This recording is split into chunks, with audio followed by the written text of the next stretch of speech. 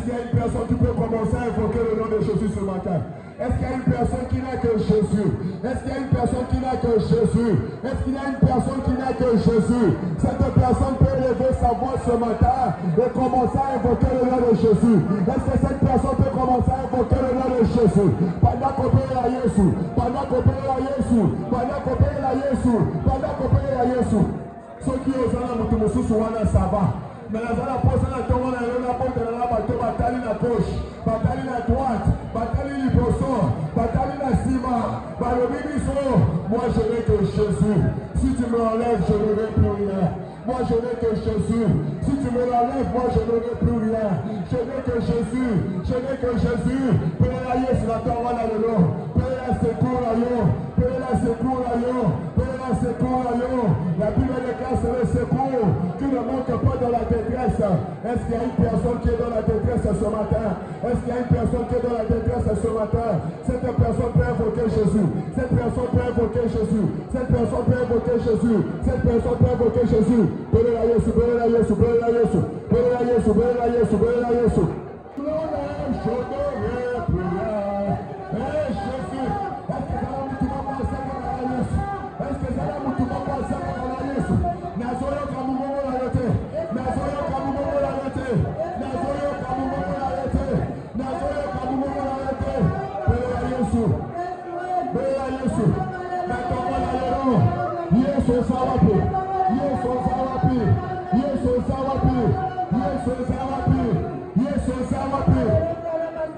Moi je n'ai que Jésus.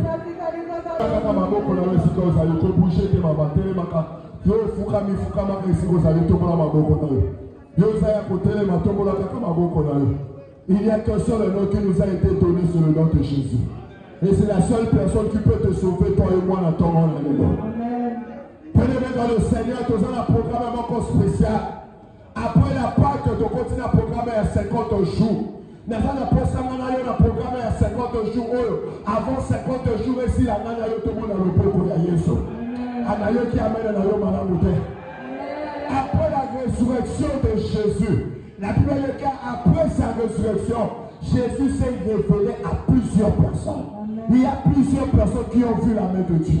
Il y a plusieurs personnes qui ont témoigné la résurrection. Et parmi ces personnes qui ont témoigné la résurrection, nous avons un programme à 50 jours. Nous devons voir Jésus. Nous devons témoigner la résurrection. Nous devons vivre l'impact de la résurrection dans nos vies. Amen. Matthieu 28. Matthieu 28 du 1er au 3e verset. Matthieu 28, 1 à 3. Nous allons lire la parole de Dieu au nom de Jésus. J'ai lu la parole de Dieu dans Matthieu 28, 1 à 3, c'était au nom de Jésus-Christ. Amen. Après le sabbat, à l'aube du premier jour de la semaine, Marie de Magdala et l'autre Marie allèrent voir le sépulcre. Et voici, il eut un grand tremblement de terre, car un ange du Seigneur descendu du ciel vint rouler la pierre et s'assit dessus. Son aspect était comme l'éclair et son vêtement blanc comme la neige. C'est la parole du Seigneur. Est-ce qu'on peut acclamer la parole de Dieu?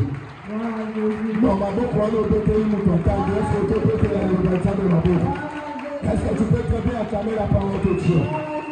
Oh Jésus, que la parole de Dieu est merveilleuse.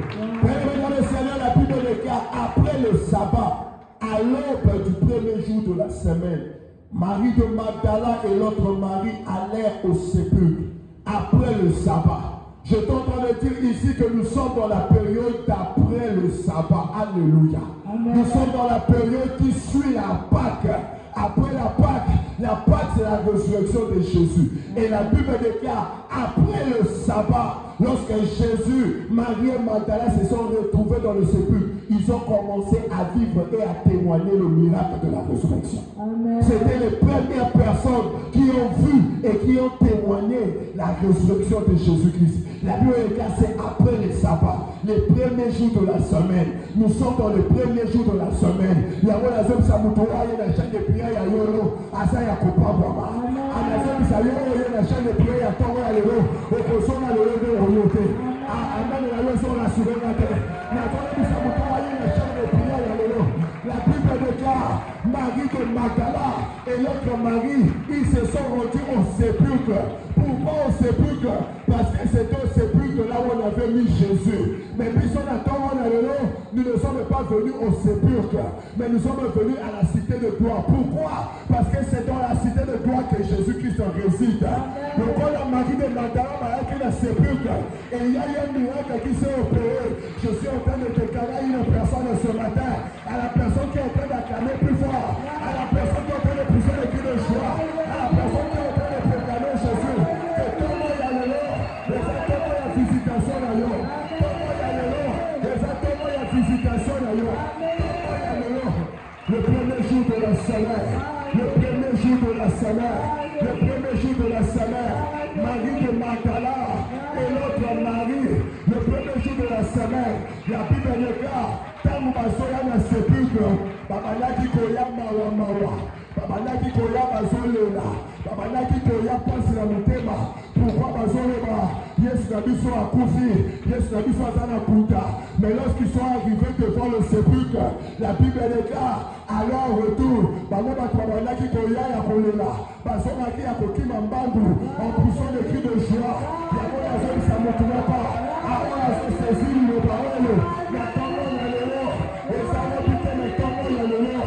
La Bible regarde après le sabbat, après le dimanche, où nous avons célébré la Pâque.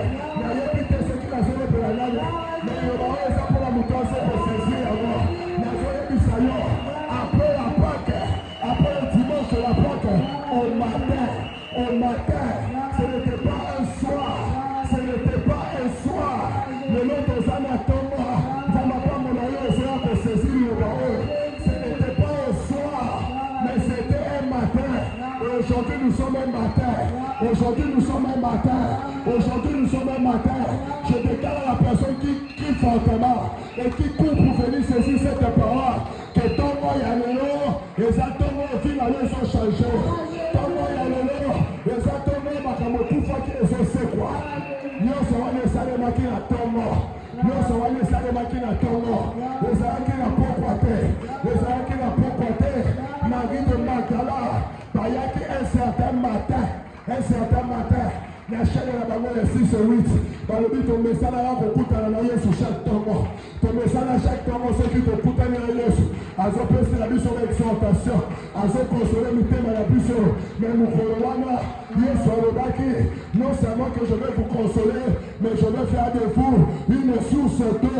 Nous devons savoir pour nous, quand nous serons là, à beaucoup mis en table. Et partout là où Marie de Magdala, ils étaient en train de partir. Ils étaient en train de témoigner la résurrection. La joie du Samoutouma, on attend la lolo. On sent sa résurrection, on attend la lolo. On sent sa résurrection, on attend la lolo. On sent sa résurrection, on attend la lolo. Ce qui est situation, on a eu un là. Mais tant on a eu ça, tant on a témoigné chez nous. Tant on a eu ça, tant on a témoigné chez nous. Après le sabbat, yo opposé la Pentecôte était. Au moment où on commence à la 10e jour, il y a 50 jours au plus. Mais kakalelo. Apparemment, nous avons célébré la loyauté. Apparemment, nous avons célébré la loyauté. Apparemment, nous avons célébré la loyauté. Ce qui est allé au Canada, c'est gloire à Jésus. La semaine, au début de la semaine, le verset 2 de la Bible déclare. Il y eut un grand tremblement de terre. Pourquoi? Parce que les choses devaient changer. J'ai dit à une personne, la personne qui est venue la chaîne et attend rien de nous. Il y a un tremblement de terre qui est en train de se faire dans la maison de ton père. Il y a un tremblement de terre qui est en train de se faire maintenant dans la maison de ta mère. Il y a un tremblement de terre qui est en train de se faire. Il y a un tremblement de terre parce qu'il est temps que tu puisses témoigner. Il est temps que tu puisses vivre l'impact de la résurrection. Car au célébrant la Pâques, au comptant la 50 jours, mais nous avons mis ça mon corps. Nous avons mis ça mon corps. 50 jours, oh yo, Pâques, oh yo, Pâques, oh yo, Pâques, oh yo, Pâques, oh yo. Et ça, le corps là-bas, Pâques, nous sortez. Ceux qui ont fait témoignage, mais n'a pas de pour témoigner. Marie Magdala, il faut témoigner. Il faut témoigner. Tombe là, ma bonne. La car le jour de la résurrection, il y a eu un ange de l'Éternel qui était descendu pour rouler la terre qui empêchait à ce que la résurrection se fasse. Il y a eu un ange de l'Éternel qui est descendu pour rouler la pierre qui empêchait à ce que la gloire de Dieu se manifeste ce jour-là. Il y a eu un ange de l'Éternel qui roulait, qui est venu rouler la pierre. Oui, maintenant qui comprend la porte et si cahier soit Zalaki. L'Ibangani ni bacheni bosa momo yayo. L'Ibangani ni telemi la vie na yo pour que yo vive la résurrection. La il a fallu qu'un ange de l'Éternel descende pour rouler la pierre, pour que Pierre wana ekinde makambo ait changé, pour tu vas vivre un résultat, un impact la résurrection. Nous allons crier à Jésus ce matin. Bien-aimé dans le Seigneur, toi moi alléluia, toi moi abatonio sauter. Yo sur la distraction italienne. Tu as déjà un programme spécial. Je vous ai dit ici qu'après la Pâque, il y a des personnes qui ont vu, qui ont palpé la main de Dieu. Amen. La Bible déclare il y a eu même des morts qui étaient ressuscités. Amen. 50 jours, Amen. Nous allons crier à l'Éternel. Quelles sont les pierres qu'on a mis au devant de toi? Quelles sont les pierres qu'on a mis dans ta vie? Quelles sont les pierres qu'on a mis dans ton travail? Quelles sont les pierres qu'on a mis dans ton mariage? Quelles sont les pierres qu'on a mis dans la vie de tes enfants? Quelles sont les pierres qu'on a placées au devant de toi pour que au primateur? La Bible est car lorsque Jésus n'a kunda, balobino, tikatoche na ye, sheria ya minene, soda ya mingambe, zalawana, batela e po abimate. Non seulement que soda, zupe libanga ya minene, salini, zipa bon moino na nini. Zipa bon moino na nini. Na tongo na lelo na kopesa yo 3 minutes. Gana koleka voisin na yo. Tala bon moino yo. Pendant que je suis en train de parler, le Saint-Esprit a fait un mission. Otala na nini na domaine na fina yo. Bandoto ya malamu soka lisusuté. Chaque jour ozolo kaba mari de lui bazolanda yo batu bakufa tout ça pourquoi? Parce que c'est la pierre qu'on a mis au devant de toi pour que mon le peuple de Dieu mette la kanisa qui mutu mo ngani chaka na pitié Jésus. Na tongo na yo nous allons crier okoyebisa Yesu. Yesu na tongo na yo papa longola libanga o etelemi liboso nanga. Longola libanga o etelemi na pombo yanga. Libanga wana na ebite ya yoso ngeza dimension ni. Ya yo na ebite to ezanene. Mais la Bible déclare que ce jour-là, il y a eu un tremblement de terre. Les anges sont descendus. La personne qui va prier plus que son voisin, les anges du ciel vont descendre pour ôter la pierre du chômage, pour ôter la pierre du célibat, pour ôter la pierre de la stérilité, pour ôter la pierre de la malédiction, pour ôter la pierre. Gana makasi kolo Yesu Christo. Na yokulete kolo Yesu Christo. Na parole lelo. Na belelio. Yesu.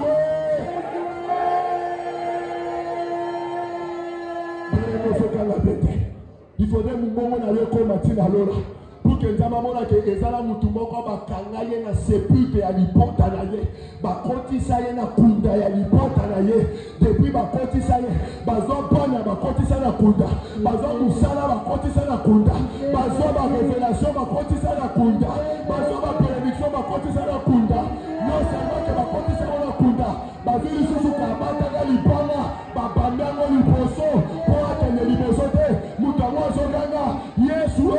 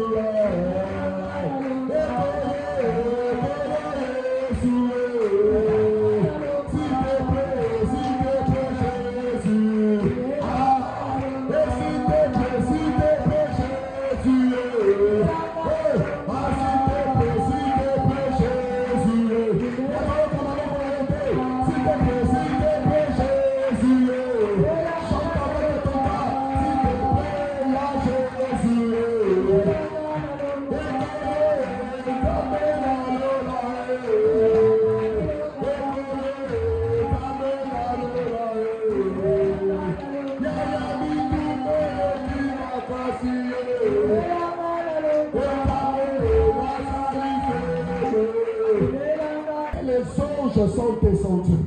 La Bible déclare, l'ange de l'Éternel descendit du ciel, vient rouler la pierre et il s'assit dessus. Amen. Son aspect était comme l'éclair et son vêtement blanc comme la neige. Amen. Les gardes tremblèrent de peur et devinrent comme des morts. Pourquoi? À la présence de Jésus.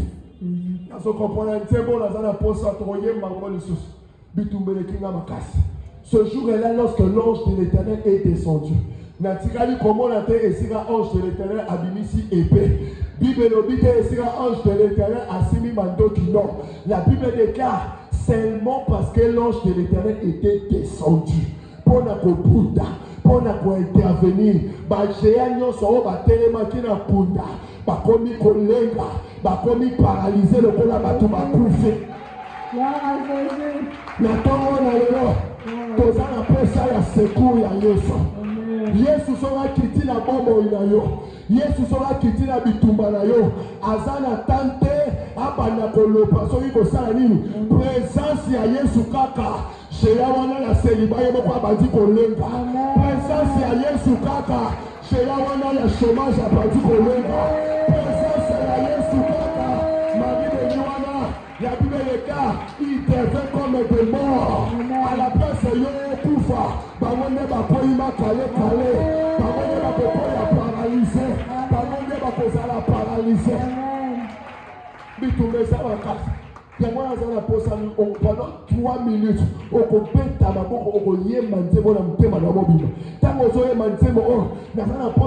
réaliser bitumba ya vie na yo. Ozomona Yesu bitumba oyo depuis na banda ko gêner, depuis na banda ko prier, depuis na ya makambo changeaka te. Mais oyebisinga que après le sabbat, il y a quelque chose qui s'est opéré, c'était un matin.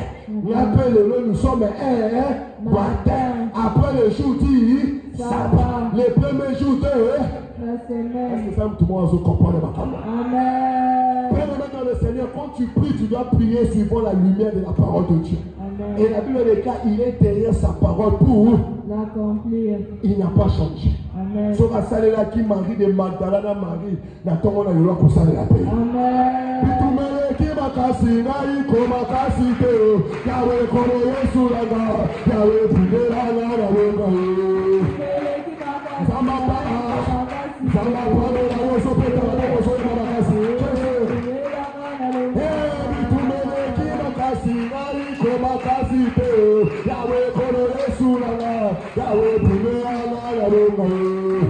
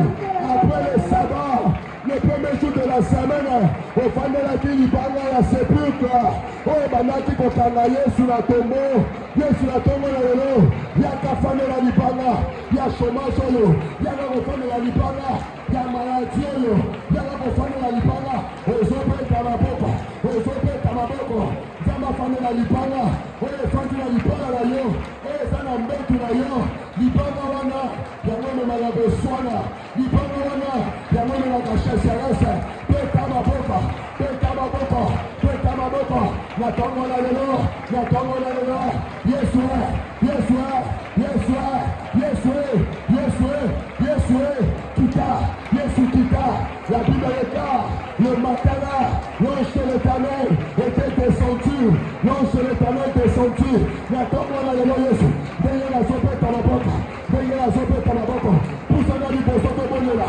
Poussana Liboso, Poussana Liboso, Poussana Liboso, Poussana Liboso, Poussana Liboso, Tongo la lelo ma commission chargée, Tongo la lelo ma commission chargée, Poussana Liboso, et sope Tamaboko, Matissa Maboko la ya, Matissa Maboko la ya, Matissa Maboko la ya, Yesu na Tongo la lelo, la Bible me dit, nous courons la Tongo, Okitaki, Okitaki, Okitaki, Ologolaki Libanga, Ofandelaki Libanga, Kufa, Ndengela Zobe Tamaboko, Ndengela Zobe Tamaboko, na Tongo la lelo, Pena Musala la ya, na Libanga la ya, na Bomo la Mopani la ya, la Bana la ya, Yesua, Yesua, Yesua, Yesua, Yesua, Matana la boca, Matana la boca la ya, Matana la boca la ya, Yesua Kita, Lelo Yesua Kita, Lelo Seigneur Yesua Kita, Lelo Seigneur Yesua Kita, Lelo Seigneur Yesua Kita, Kiti sa Yesu, Nana Doto la Mungo, Peta la boca, la Baba Shanda,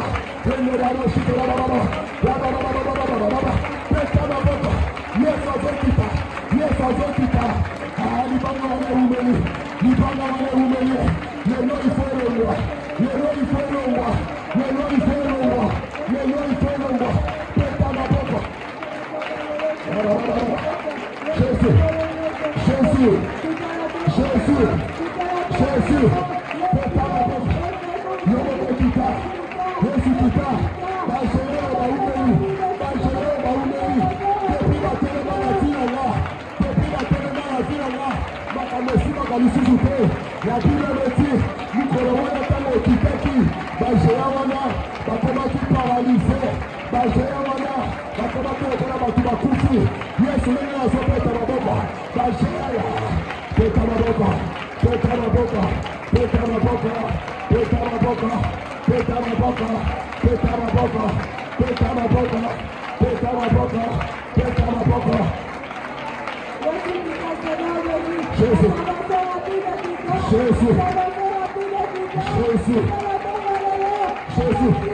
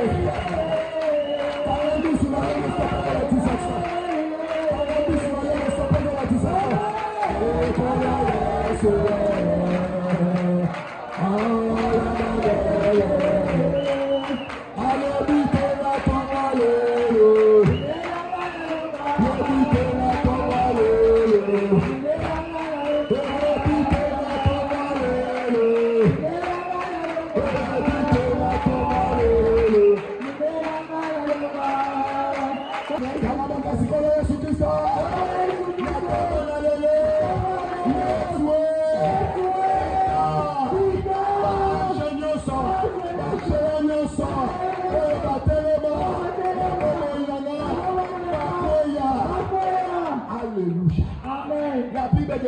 l'ange de l'Éternel descendit.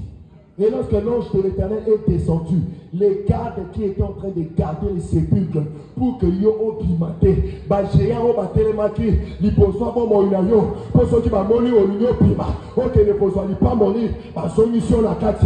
La Bible déclare ces jours-là, les anges, les géants là, les démons là, les gardes là, ils commencent à faire quoi? À tramer, et ils sont tombés comme des morts. Alléluia. On peut battre ma boucle dans ma casse. Prenez dans le Seigneur, le lieu est à ton moyen pour tout le monde. Alléluia.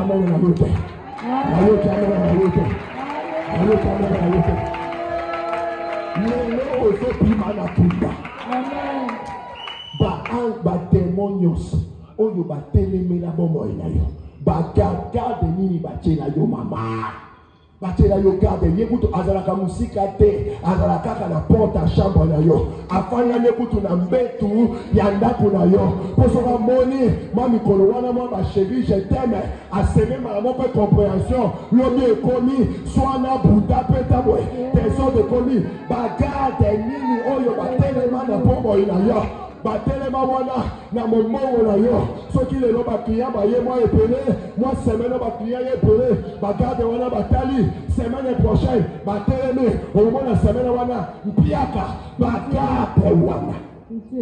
Mais na tongo na lelo tu vas battre tes mains très fort. Yesu na tongo na lelo ndenge na sopeta maboko papa kita bagéant nyonso bajolie nyonso oyo bateleme liboso ya bombo inaka Bakuya, Bakufa, Bakuya, on battant les mains, on battant les mains, on battant les mains, on battant les mains, on battant les mains, Peta ma boca, Peta ma boca, Peta ma boca.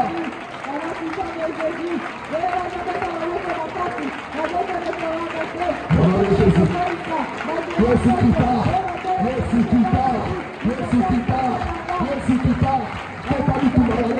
Na tomo na leo, kwa isaba jero yos, kwa isaba kato yos, kwa batele mana musala ya, kwa batele mana bombo ya, ozope kama bobo te, ozope kama bobo te, ozope kama bobo te, ozope kama bobo te, ozope kama bobo te, ozope kama bobo te, kama bobo, kama bobo, bakoya bakufa, bakoya bakufa, bakoya, lelo ifoma bakoya. Le Seigneur va faire. Yesu kita, Yesu kita, Yesu kita, Yesu kita, Yesu kita.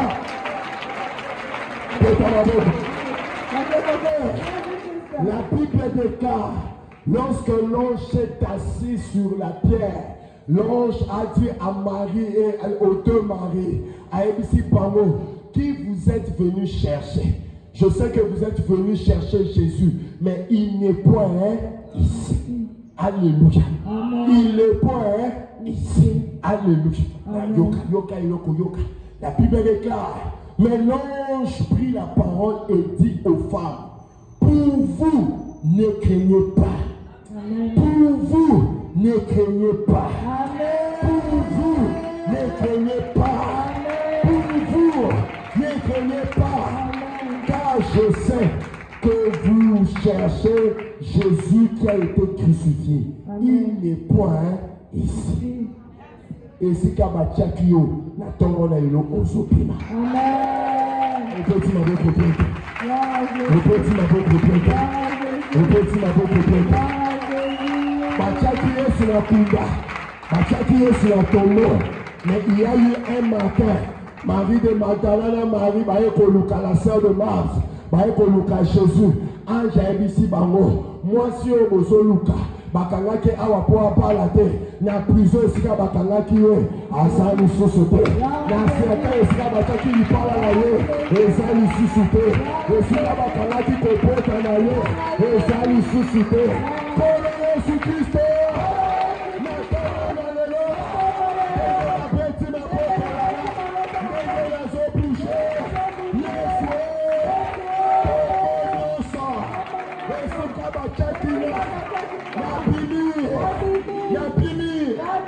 Alléluia. Amen. Ce qui est soit tikala kana kunda te, yepoko tikala na kunda te.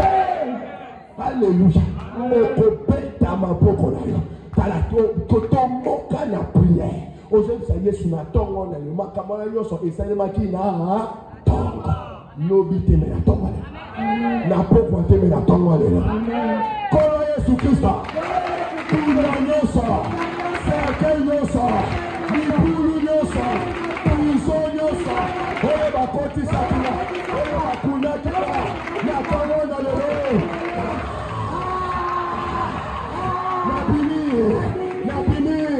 Na bini. Peta maboka.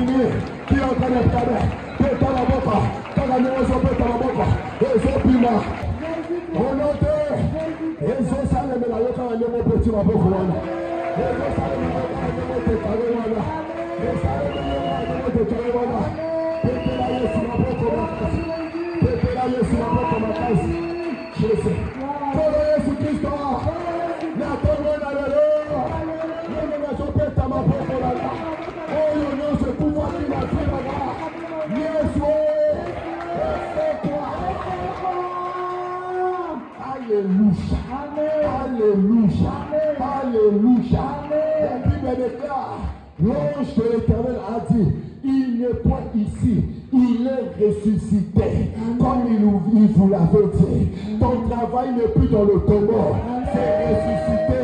Ton mariage n'est plus dans le tombeau, c'est ressuscité. Tes enfants ne sont plus dans le tombeau, mais ils sont ressuscités. Pour Jésus-Christ, Alléluia. Alléluia. Amen. Dans la semaine résurrection. Amen. Aussi longtemps que Amen. Jésus-Christ lui-même, on m'appelle le pain de vie. Amen. Si tu manges de mon pain, tu ne vas plus mourir. Amen. Si tu bois de mon sang,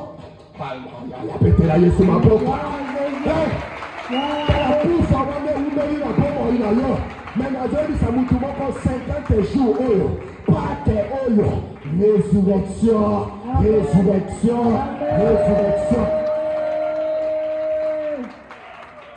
Kolo Yesu Kristo, na tono na lelo, oyo nyonso ekufaki na bongo yana, esekwa, esekwa.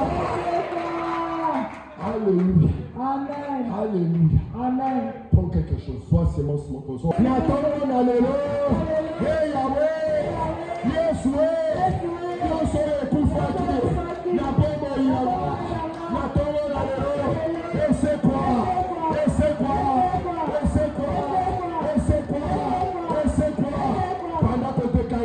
On se déclare nyonso ya kosele ozoteka ozoyebisa Yesu papa na ye liboso na yo na hotele na yo na ntongo na lelo Yesu nyonso oyo ekufaki na bomoi na nga Yawe esekwa Yesu esekwa Yesu esekwa Yesu esekwa Yesu esekwa Yesu esekwa musala na ye esekwa libala na nga oyo ezalaka lisusu na esengo te libala na nga oyo ezalaka lisusu na esengo te jamisine elongwa na ntongo na lelo ezosekwa pana na nga mayele na kasi ezalaka lisusu te na ntongo na lelo mayele ya pana na nga esekwa mosala ya mobali na nga esekwa baaffaire na nga esekwa je viens sceller, je viens déclarer, maman est déposée au songe, pour baninga basala simape, para kosele, au son déclaré, lycée quoi, ton ya le lycée quoi, ton ya le lycée quoi, résurrection physique, résurrection financière, résurrection spirituelle, résurrection, dans ma projet là, résurrection, dans mon salaire là, résurrection, résurrection, résurrection, résurrection. Merci Seigneur Jésus-Christ. Merci Seigneur Jésus-Christ. Est-ce que ça va nous tomber dans une timanalisée quoi? Est-ce que ça va nous tomber dans une timanalisée quoi? Est-ce que ça va nous tomber dans une timanalisée quoi? Allez, je peux te l'aller sur ma boque. Lycée d'après petit la mort dans l'eau. On peut te lier sur ma boque. Ma caboulaye peut échanger. Il parle à wagner le bruit. Il parle à wagner le bruit. Il parle à wagner le bruit.